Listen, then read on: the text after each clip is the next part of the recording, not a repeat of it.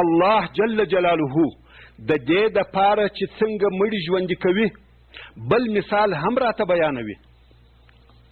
سره له دې چې دا یې راته وفرمایل چې اول مې څنګه پیدا کړاست، دغه اول پیدا کېدل په خپله د دوهم وار د پیدا کېدلو دپاره لوی دلیل دی. هغه ذات چې اول وار یې پیدا کړو هغه کولی سي چې دوهم وار مو هم پیدا کړي، مګر الله جل جلاله په بل شي سره هم بل مثال راته وایي. او د سورة الاعراف په 59 نمبر آیات کې فرمایي: وهو الذي يرسل الرياح بشرا بين يدي رحمته حتى إذا أقلت سحابا ثقالا سقناه لبلد ميت فأنزلنا به الماء فأخرجنا به من كل الثمرات كذلك نخرج الموتى لعلكم تذكرون.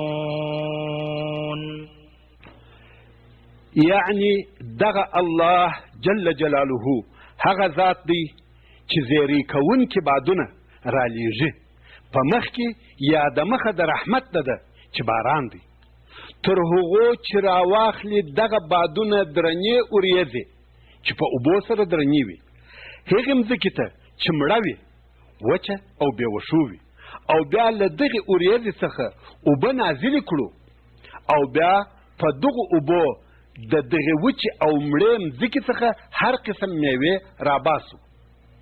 دغه ژوند و دغه مړه دشت او صحرا ته له کمې خوا راغلی.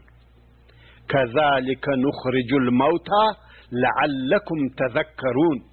لکه څرنګه چې دغه مړه وچه مځکه ژوندی کوو، دغه رنګه موږ مړي له مځکې څخه راباسو د پاره د دې چې تاسې پند او عبرت حاصل کړئ. نو د ټولو انسانانو د پاره دا لازمه ده چې په دغه آیات شریف کې غور او دقت وکړي، ځکه دغه قرآني معجز مثال چې هم بسط او هم آسانه دی د مړو د ژوندي کولو په باره کې د هر منکر د قناعت د پاره ښکاره او واضحه مثال دی.